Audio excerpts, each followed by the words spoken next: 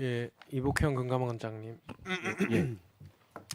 전에 우리 다른 의원님들께서 질의하는 과정에서 이렇게 얘기를 하셨어요. 삼부토건 사건은 원희룡 장관과 무관하다. 그리고 그 정치적 인물과도 연관성이 없다. 그 정치적 인물이라고 하면 김건희 씨죠. 근데 지금 우리 현안 질의에서 이렇게 얘기를 하시는데 조사가 다 끝난 건가요? 아까 원희룡 장관 얘기한 건 그 의원님께서 다른 종목과 관련돼서 이렇게 말씀하셔서 그 부분에 대해서 답변을 드린 거고요. 지금 정치적 인물과 관련된 것들은 제가 어쨌든 그 누구 계산으로 한지가 과거 유사 사건에서 되게 중요하기 때문에 관련 계좌에 대해서 집중해서 지금 광범하게 보고 있다는 말씀을 드린 겁니다. 그러면 원희룡 장관과 삼부토건 건에 있어서는 그리고 김건희 씨가 지금 무관하다고 얘기하기에는 아직 이른 거죠? 방금 말씀드린 것처럼 과거 이제 특정 사건에서는 누구 계산인가가 지금 드러난 상태에서 이제 이슈가 제기된 반면 이 건에 대해서는 사실 누굴 한번 만났다 무슨 얘기가 있었다 아니요, 정도이기 아니요. 때문에 금감원장님, 누구 계산인지에 대해서 지금 보겠다는 정치적인 말씀입니다. 인물이 어떤 사건 이게 금융이건 아니건을 떠나서 연관이 돼 있다 그래서 우리가 그냥 무조건적으로 다 문제가 있다라는 식으로 보면 안 된다고 저 동의를 합니다. 근데 지금 이 시점에서 우리 금감원장님께서 무관하다라고 이렇게 단정적으로 얘기를 할 수 있는 수준이냐 아니냐에 대해서 제가 질문을 드린 겁니다. 위원님 말씀 제가 잘 이해했고 조사 역량을 집중하겠습니다, 위원님. 그러니까 아직은 무관하다라고 우리가 확정적으로 말을 할 수는 없는 단계라고 저는 이해를 결론은 했습니다. 조사가 끝나야 나오는 건 맞습니다. 그렇죠. 의원님. 예, 그게 저는 맞다고 생각을 합니다. 아까 많은 부분들이 얘기가 나왔지만 이게 굉장히 중요한 사건이라고 얘기하신 이유가 저는 이게 사회적으로도 관심이 많은 게 소액 투자자분들이 특히 삼부토건에는 비율이 높다고 알고 있어요. 몇 프로인지 아십니까? 정확한 비율은 모르지만 소액 투자자 비율이 아주 높고 네. 이런 류의 어쨌든 소위 개미들 등친 사건은 저도 되게 매우 맞습니다. 적대적으로 생각하고 있습니다. 이게 이제 일반적인 대표나 대주주 주식이 높지가 않고 이게 92%의 소액 주주들이 있어요.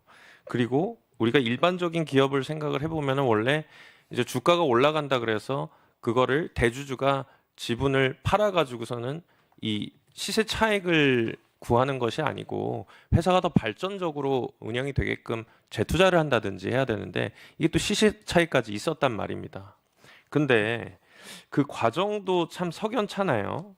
삼부토건이라고 하면은 사실 부채 비율도 당시에 보면은 굉장히 높았어요. 지금도 뭐 상당히 안 좋은 걸로 알고 있는데 당시에 838%, 그러니까 3,772억 적자의 부실 기업이 우크라이나 재건이라고 하는 아주 중요한 사업에서 일군의 대기업들이랑 같이 이제 반열에 올라가지고 갔는데 이게 사실 삼부토건은 그 원래 원희룡 장관과도 동행하는 게 아니었다가 마지막 끝자락에 갑자기 초대를 또 받는 것도 있었고 그리고 우리가 다 아는 사실이기는 하지만 그 23년 5월에 이종호 그 블랙펄 인버스트먼트 대표가 삼부 체크하고라는 말이 있고 난 다음에 뭐 우크라이나 영부인이 초청도 없이 한국에 방문하고 기재부가 갑자기 대외경제협력기금 공여하겠다고 가서명하고 이게 다 4일 만에 이루어졌단 말입니다.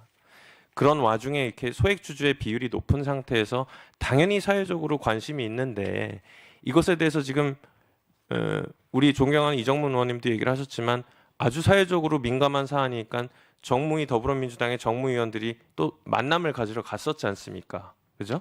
근데 그때 또 안 계셨어요. 마침 3월 10일에. 그 얘기 들어보면은 소상공인 전통시장 소비 촉진 활성화 업무 협약식 갔다 왔다. 근데 그 전에 일정을 보니까 내부 회의만 있었다고 부원장이 얘기를 하시더라고요. 이게 진짜 중요한 사안이고 빨리 해결을 해야 된다고 하면 그리고 아까 말씀드린 것처럼 특히 김건희 씨나 뭐 원희룡 장관과 같이 중요한 정치적 인물이 연관이 되어 있다고 하면 더더욱 빠른 조사를 통해 가지고 만약에 문제가 없다면 문제가 없다라고 얘기를 했어야 되는데 지금 6개월이라고 얘기하지만 7개월 차지요. 그죠?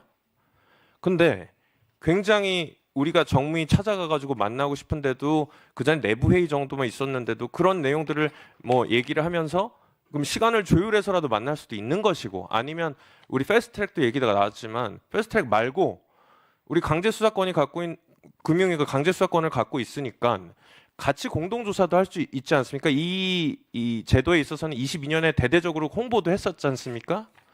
근데 금융위한테도 저 지금 이제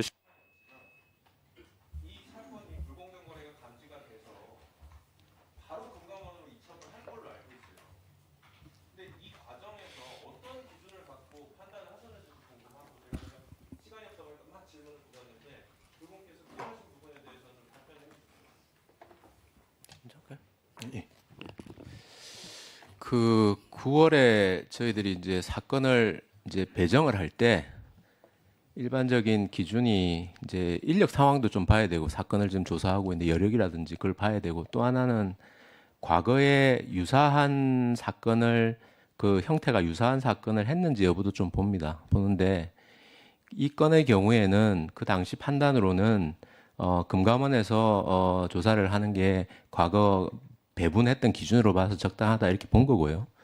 강제조사 부분은 지금 이제 그 금감원에서 조사를 하다가 저희들이 만약 뭐 조금 더 강제적으로 할 필요가 있겠다라는 요청이 오면은 저희들 공동으로 하든지 아니면 검찰로 패스트트랙으로 넘기든지 그건 조치를 할 생각으로 가지고 있습니다. 제가 드리는 말씀은 그래서 저희가 공동조사 안 한다, 패스트트랙을 안 한다는 게 아니라 다양한 방법들을 검토 중입니다만 기관 간의 협의 내용을 공개된 자리에서 말씀을 드릴 수 없다는 말씀을 드리는 거고요.